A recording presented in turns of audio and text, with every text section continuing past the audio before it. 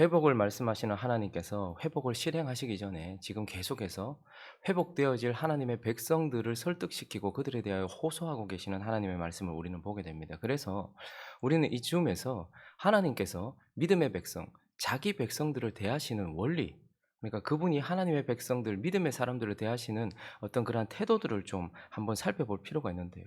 하나님께서 믿음의 백성들을 대하실 때 원리 첫 번째는 무엇일까요? 하나님은 항상 찾아오시는 분이에요. 그러니까 어떤 사람이 하나님을 먼저 찾아갔거나 부르지 않습니다. 절대 그러지 않고 하나님께서 먼저 하나님의 백성에게 찾아오신다라는 이 첫 번째 원리가 있습니다. 그리고요, 찾아오신 하나님이 그 순간에 머물지 않고 관계를 맺기 시작하시면서 이제 자기를 계시하신다는 거예요. 하나님이 우리에게 찾아오시고 그리고 그곳은 지속이 되어서 하나님이 자기를 계시하신다는 거예요. 그리고 그 가운데서 자기를 계시하신 하나님이 자기가 하실 일을 자기 백성들에게 계시를 하십니다. 그리고 어떻게 하십니까? 자기가 계시하신 그 일대로 실행하시고 그 뜻을 이루시는 분이에요. 자, 그런데 문제는 무엇인가 하면 하나님이 자기를 계시하세요. 그리고 자기가 하실 일을 계시하세요. 그리고 하실 일을 이루십니다. 그런데 하실 일을 계시하신 것과 그리고 하실 일을 이루시는 것 사이에 하나님께서 무엇을 하시는가 하면 그 하실 일에 대하여서 자기 백성들 안에 믿음을 먼저 요구하신다는 거예요. 믿음을 먼저 이루신다는 거예요. 그러니 하나님 나 이거 할 거야 하고 바로 이것을 하신다기보다는 하나님께서 나 이거 할 거야 라고 말씀하셨으면 그 하실 것에 대하여 먼저 어떻게 한다는 거예요. 자기 백성 안에 그것에 대한 믿음을 이루시고 그들의 믿음과 하나님의 뜻대로 하나님께서 그 일을 하신다라는 거예요. 그러니 하나님이 지금도 회복을 할 거야 라고 말씀하시고 그 회복을 이루기 전에 무엇부터 하시는 거예요? 자기 백성 안에 그 회복을 믿는 믿음을 먼저 이루고 계신다라는 거예요. 그러니 하나님은 뜻이 하늘에서 이루어진 것 같이 땅에서도 이루어지기 전에 먼저 자기의 땅 안에서 이 일에 대하여 믿는 믿음을 만들어 가신다라는 거예요. 그렇기 때문에 하나님께서 계속 설명하시고 설득하시면서 내가 이 일을 할 것이라고 말씀하고 있는 것이죠. 그래서 성경의 대부분의 이야기는 하나님이 어떤 일을 하실 것인가에 대한 계시이기도 하지만 그리고 또 하나님이 어떤 일을 하셨다 또 하실 것이다 라는 것이지만 그것을 믿도록 하기 위하여 하나님의 백성 안에서 하고 계시는 일에 초점이 맞춰져 있는 것입니다. 지금도 이스라엘 백성들에게 회복을 하시겠다 말씀하셨지만 그 회복하시는 일은 하나님께 아무것도 아니에요. 그런데 그 회복을 자기 백성들 안에 믿도록 믿음을 이루는 것, 지금 하나님은 여기에 초점을 맞추고 계시고 그래서 계속해서 설득하시면서 말씀하시는데 그러한 하나님의 말씀을 믿도록 하기 위하여 하나님께서 쓰시는 방법이 하나 있습니다. 그것은 무엇인가 하면 그것을 믿도록 하기 위해서 뭔가를 항상 보게 하신다라는 거예요. 우리의 시선을 가지고 가서 무엇인가 보게 하신다라는 거예요. 아브라함도 한번 보십시오.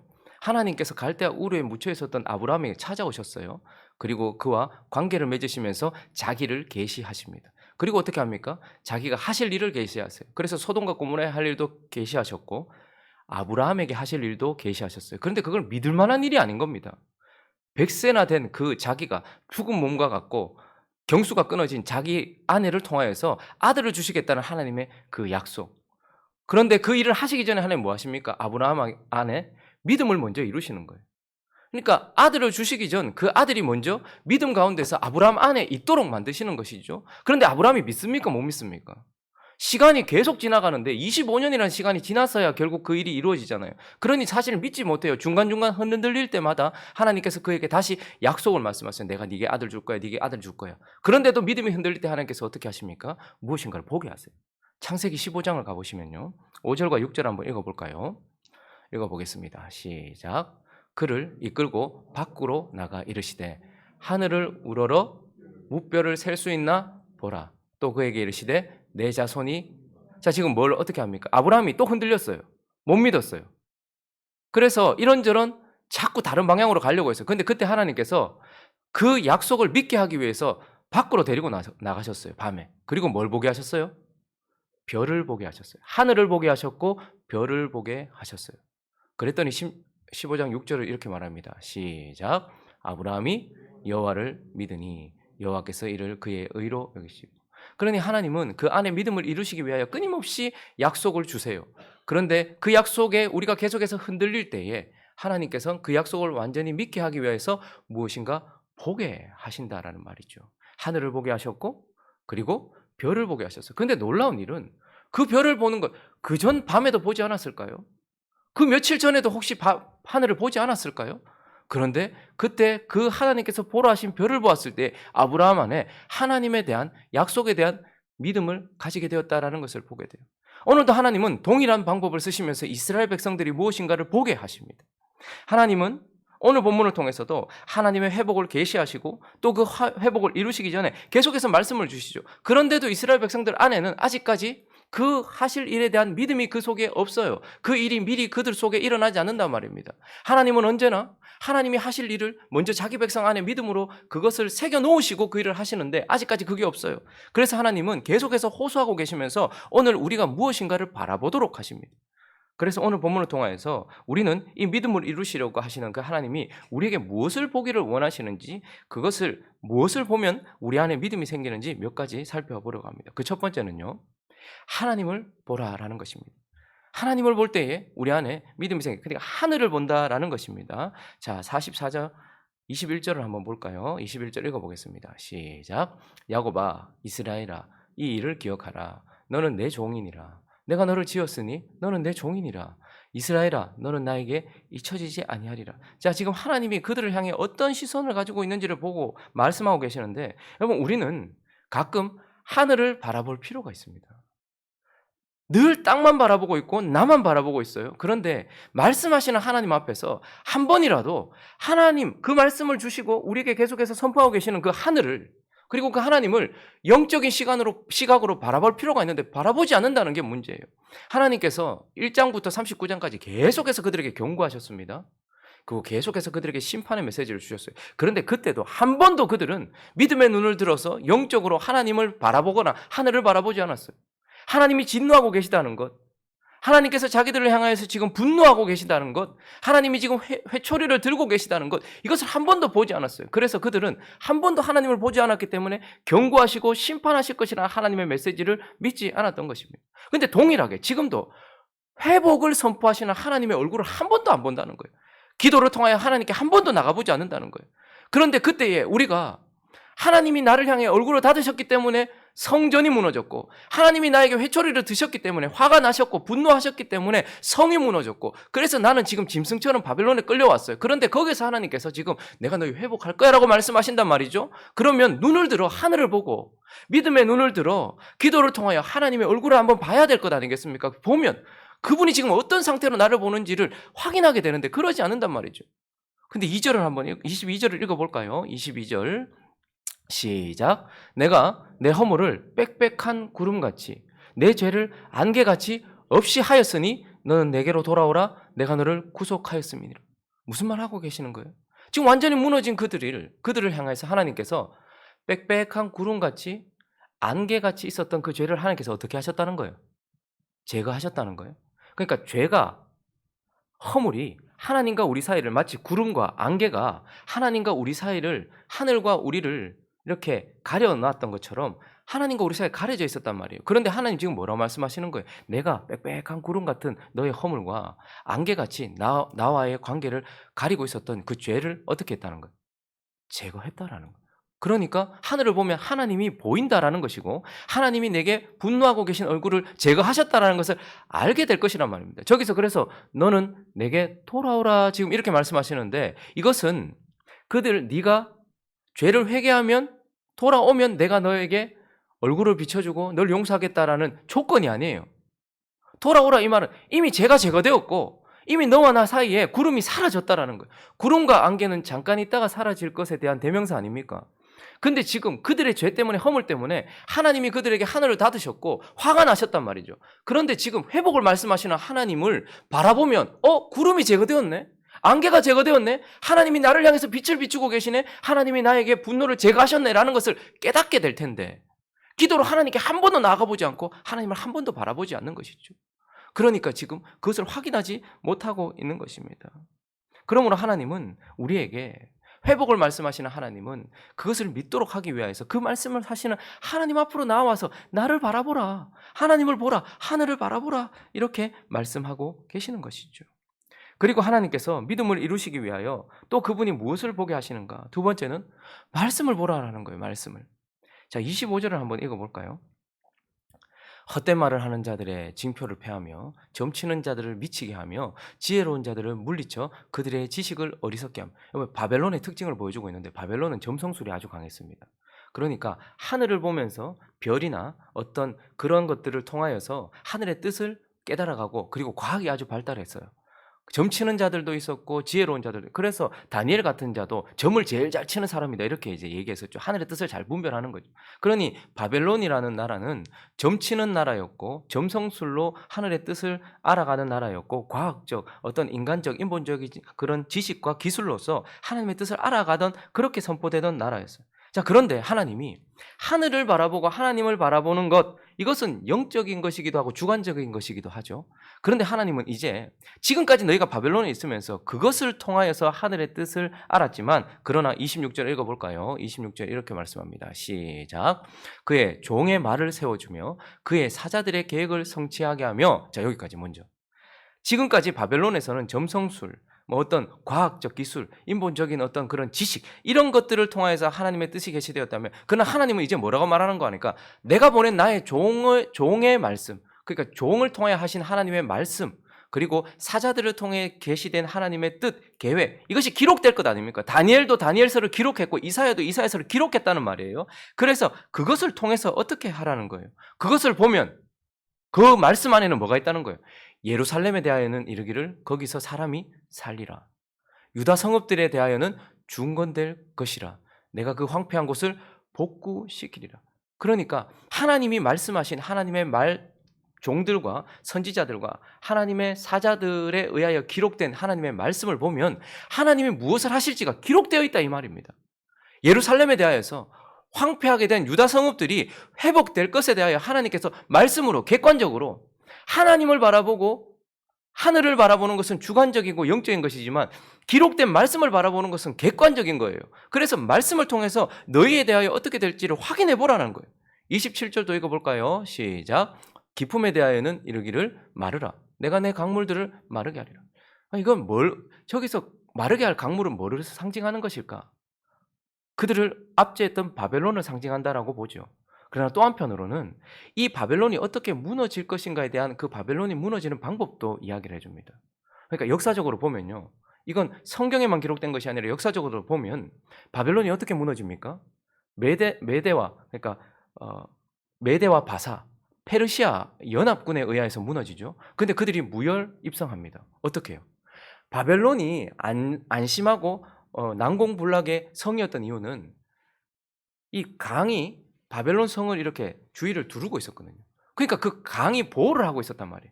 그런데 지금 그래서 바벨론은 안심하고 항상 살았어요. 그런데 나중에 이 고레스가 메대와 같이 연합해서 공격했을 때 어떤 방식으로 바벨론을 무너뜨렸습니까? 흐르던 강의 물줄기를 바꿔버렸어요. 쉽게 말하면 그들을 보호하고 있었던 강이 말라버렸단 말입니다. 그래서 그 강길을 따라서 그냥 무혈 입성했습니다.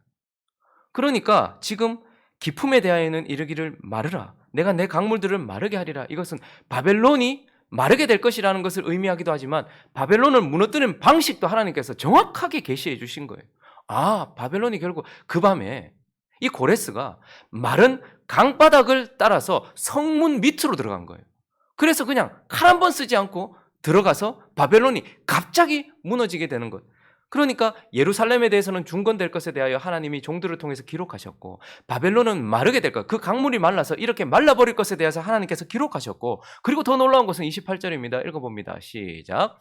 고레스에 대하여는 이르기를 내 목자라 그가 나의 모든 기쁨을 성취하리라 하며, 예루살렘에 대하여는 이르기를 중건되리라 하며, 성전에 대하여는 내가 내 기초를 놓여지리라 하는. 이것이 그냥 하나님께서 그냥 즉흥적으로 하시거나 갑자기 하시거나 모르게 하시는 것이 아니라 바벨론이 무너지고 나니까 뭐가 일어서요? 고레스라는 이름이 일어서요. 근데 그가 내 목자라 칭함을 받는데 이게 뭐지 싶지만 이것을 통해서 우리가 깨닫게 된 건 뭐예요? 고레스가 마치 목자처럼 이스라엘 백성들을 전부 다 예루살렘으로 돌려보낼 것이 기록되어 있다 이 말입니다. 그러니까 다니엘은 아마 다리오에게 저것을 가지고 갔을 것입니다. 이사야서를 가지고 가서 고레스에게도 이것이 당신의 이름이 여기 벌써 150년 전에 기록되어 있었다, 확인했을 거라는 말이죠. 그가 나의 모든 기쁨을 성취하리라. 그러니까 고레스라는 사람이 일어나서 이스라엘 백성들의 목자가 되어서 그들을 예루살렘으로 보내고, 또 놀라운 사실은 예루살렘이 중건되도록 고레스가 다 도와줘요. 그리고 성전이 놓여지도록 고레스가 다 일을 한단 말이에요. 근데 이것이 어떻게 되어 있다는 거예요? 성경에 기록했단 말이에요, 하나님께서. 정확하게 다 기록해 놓으셨단 말이에요. 우리도 마찬가지입니다. 여러분, 성경은 우리가 구원받기에 합당할 만큼 필요한 모든 교리들을 우리에게 기록해 놓으셨어요. 근데 그것만 기록해 놓은 것이 아니라 앞으로 되어질 일들에 대하여 기록해 놓으셨어요. 첫 심판은 죄가 온 땅 끝까지 이르렀을 때에 홍수 심판이 일어났어요. 그런데요, 마지막 심판은 어떻게 올까요? 복음이 땅 끝까지 전파되면 오게 될 거예요. 그리고 그 과정을 우리가 요한계시록에서 확인했잖아요. 지금 이 코로나도 그냥 터진 게 아니에요. 계시록을 보면서 물론 이 현실을 놓고서 말씀을 이렇게 끌어붙여서 하면 오류가 생길 위험이 있습니다. 그러나 하나님은 요한계시록을 통해서 원리를 우리에게 설명해 주셨어요. 이 땅이 어떻게 무너질 것인지, 어떤 과정을 거쳐서 주님의 나라가 오게 될 것인지 충분히 우리가 납득할 수 있도록 미리 다 기록해 놓으셨단 말입니다. 요한이 반모섬에서 봤던 것은 요한을 위해서인 것이기도 하지만, 그래서 그 시대를 살고 있는 그리스도인들이 힘을 얻게 하기 위한 것이기도 하지만, 마지막 때를 살고 있는 우리가 어떤 과정을 거칠지에 대해서 하나님께서 그들이 회복될 것에 대하여 이사야서를 통해서 150년 전에 기록하셨고 700년 전에 기록하셨던 것처럼 이 모든 말씀들이 하나님이 세우신 종들을 통하여 말씀이라는 객관적 기준을 통하여서 우리에게 제시되어 있단 말이죠. 그러니 우리가 하나님을 믿기 위해서는 주관적으로 영적으로 하나님의 얼굴을 바라보고 기도로 하나님께 나아가는 것도 중요해요. 그러나 믿음의 눈으로 하나님께서 기록하신 이 모든 말씀들을 바라볼 때에 우리에게 주신 말씀에 대한, 우리에게 주신 하나님의 뜻에 대한 믿음이 생긴다라는 것이죠. 그리고 또 하나, 마지막으로 한 가지 더 살펴볼 것은 믿음을 이루시기 위하여, 그러니까 하나님이 하실 일을 땅에 성취하시기 전에 그 일이 믿음으로 우리에게 먼저 성취되게 하시기 위해서 하나님은 또한 무엇을 보라 하십니까? 역사를 보라고 하십니다. 역사를 봐라. 그러니까 네 삶을 한번 봐라. 네 주변을 한번 봐라 라고 말씀하고 계시는 것입니다. 자, 45장으로 넘어왔죠. 1절을 읽어볼까요? 1절 읽어주십시오. 시작. 여호와께서 그의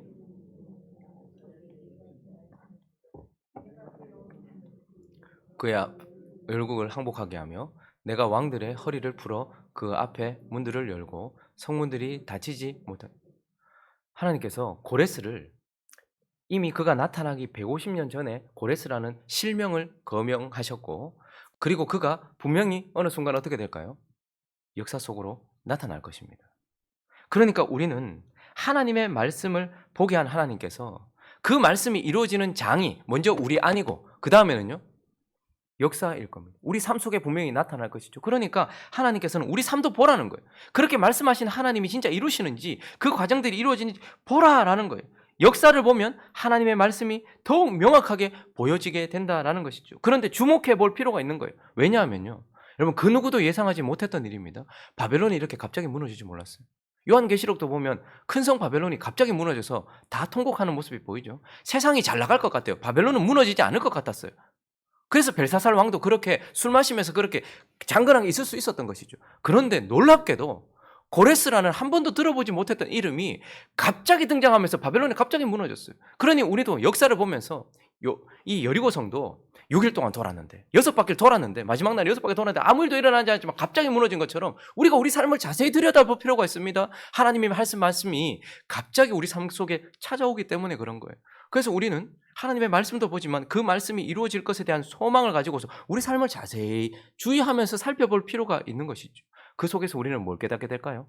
말씀하신 대로 그분이 이루신다라는 것을, 바벨론이 무너지고 고레스가 일어나는 것을 보게 될 것이라는 겁니다. 그리고 3절을 보시면요, 이 역사를 보면 우리가 뭘 깨닫게 되냐면, 내가 흑암 중에 보화와 은밀한 곳에 숨은 재물을 주어, 지금 고레스에 대해서 말하는 거예요. 네 이름을 부르는 자가 나 여호와 이스라엘의 하나님인 줄을 네가 알게 하리라.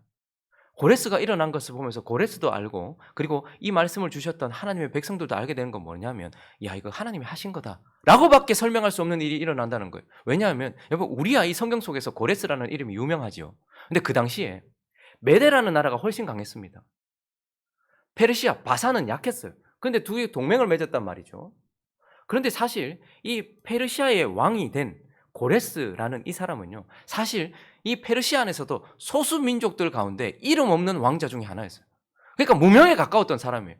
그런데 그랬던 자가 마치 야곱이 세상에 우뚝 선 하나님의 이스라엘이 되고 여수론이 되는 거죠. 저와 여러분이 하나님 때문에 이렇게 유명한 사람이 되는 것처럼 고레스라는 이름은 그 당시에는 소수 민족들 가운데 정말 이름 없는 왕자에 불과했던 힘없는 한 사람이었어요. 그런데 그가 어떻게 됩니까?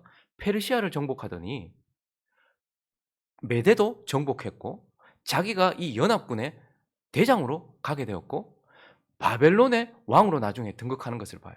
그것을 통해서 이스라엘 백성들이 깨닫게 되는 것은 무엇이냐면 처음부터 힘있던 사람들을 통해서 했으면 '아 저 사람이 저 사람이 힘으로 했나 보다.' 생각하지만 어느 순간 하나님이 말씀하셨던 그 고레스라는 이름이 등장했는데 이건 얼토당토 안 한 거예요. '어떻게 이 사람이 바벨론의 왕이 되지?' 라고 할 만큼 그래서 '야 이건 하나님이 하셨다.' 라고밖에 할 수 없는 역사가 우리 주변의 말씀대로 이루어지는 것을 보라라는 거예요.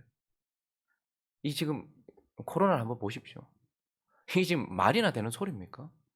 우리나라가 이 분단국 이 작은 나라가 이 분단 국가가 여전히 유지되고 있는 거 이런 것들을 한번 보시란 말입니다. 이게 하나님이 역사하지 않으면 됐겠냐 이 말입니다. 우리 삶도 보십시오. 자세히 들여다보면 하나님이 우리한테 약속하신 대로 그대로 이루고 있다는 것이 보여진다라는 거. 그리고 4절도 읽어볼까요? 4절 읽어보겠습니다. 시작. 내가 나의 종 야곱, 내가 택한 자 이스라엘, 곧 너를 위하여 내 이름을 불러 너는 나를 알지 못하였을지라도 내게 칭호를 줘. 고레스가 일어났어요. 그런데 그가 뭐 하나님을 사랑했던 사람이라든지 아니면 이스라엘 민족들을 사랑했던 사람이라든지 전혀 그런 게 없어요. 고레스는 하나님을 몰라요. 그리고 이스라엘한테 관심도 없어요.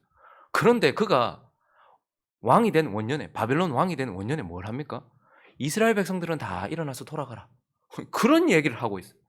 그리고 그들에게 성전을 지을 수 있도록 모든 것들을 다 서포트해 줘라. 그러니까 이스라엘 백성들 입장에 있어서는 야 이거 하나님이 우리를 위해서 하셨다라고밖에 볼 수 없는 일이 일어나고 있는 거예요. 야 이거는 정말 우리를 위해서 하나님께서 말씀하신 대로 이루시려고 지금 하신다라는 것밖에 볼 수 없는 거예요. 고레스가 구원받은 사람일까요? 고레스는 끝까지 구원받지 못한 사람일 수도 있습니다. 하나님을 몰라요. 하나님을 사랑하지도 않아요. 그렇다고 이스라엘 백성들을 사랑했겠습니까? 바벨론보다 더 강했던 그 사람이 바벨론도 개처럼 여겼던 이 유대인들을 사랑해서 그렇게 했겠습니까? 그런데 놀라운 일이 일어나는 거예요. 그 무명이었던 아무 힘도 없었던 자가 바벨론에 등극하더니 그가 또 이스라엘에 성을 짓고 성전을 지으라고 그렇게 일을 하고 있는 걸 보면서 이스라엘 백성들은 뭘 생각했을까요? 야 이건 하나님이 하신 일이다. 하나님이 우리를 위해 하신 일이다. 라고밖에 설명할 수 없는 일이 역사를 보면 우리가 보게 된다라는 것이에요. 그러므로 하나님은 하나님이 하실 일, 회복의 실행이 먼저 믿음 가운데서 우리 안에서 먼저 믿음으로 실행되고 그 이후에 이 일을 하실 텐데 이런 믿음이 우리한테 자꾸 일어나지 않는 거예요. 말씀을 계속해서 주시는데도 일어나지 않는 거예요. 그래서 하나님 어떻게 하시는 겁니까? 이제 보라는 거예요. 이렇게 말하고 있는 나를 좀 봐라. 그리고 내가 그렇게 말했던 이 객관적인 말씀을 좀 봐라. 그리고 진짜 네 삶 주변을 한번 봐라. 내가 회복하고 있다. 우리 교회의 역사만 봐도 3년밖에 되지 않았지만 한번 보십시오. 하나님이 말씀하신 대로 우리를 이끌어 오셨고 하나님이 하셨다라고밖에 볼 수 없는 일들 그리고 하나님이 우리를 위해서 하고 계신다라고밖에 볼 수 없는 일들이 우리 안에 얼마나 많이 일어났습니까? 아브라함을 하늘을 보게 하시고 별을 보게 하셨던 것처럼 우리에게도 하나님께서 하늘을 보고 하나님을 보고 말씀을 보고 역사를 봐라라고 말씀하고 계십니다. 말씀을 정리하겠습니다. 하나님은 회복을 이 땅 가운데 이루시기 전 그 회복이 믿음 가운데서 먼저 자기 백성 안에 이루어지기를 바라고 계십니다. 그래서 하나님은 지금 계속 설득하시고 또한 보게 하시는 거예요. 우리가 회복을 위해서 보십시다. 뭘 볼까요? 눈을 감고 하나님을 바라보는 저와 여러분 되시기를 예수 그리스도의 이름으로 축원합니다. 믿음과 영적인 시각을 가지고 육신의 눈을 감고 믿음으로 하나님의 얼굴을 바라보고 그리고 눈을 크게 뜨고 믿음의 눈을 가지고서 하나님의 말씀을 바라보고 그리고 우리 육신의 눈을 떠서 역사를 바라보면서 아 하나님이 우리를 회복하고 계시는구나 하는 것을 지금 이 안에서 확인하고 그 회복이 먼저 우리 안에 실행되는 저와 여러분 되시기를 예수 그리스도 이름으로 축원합니다.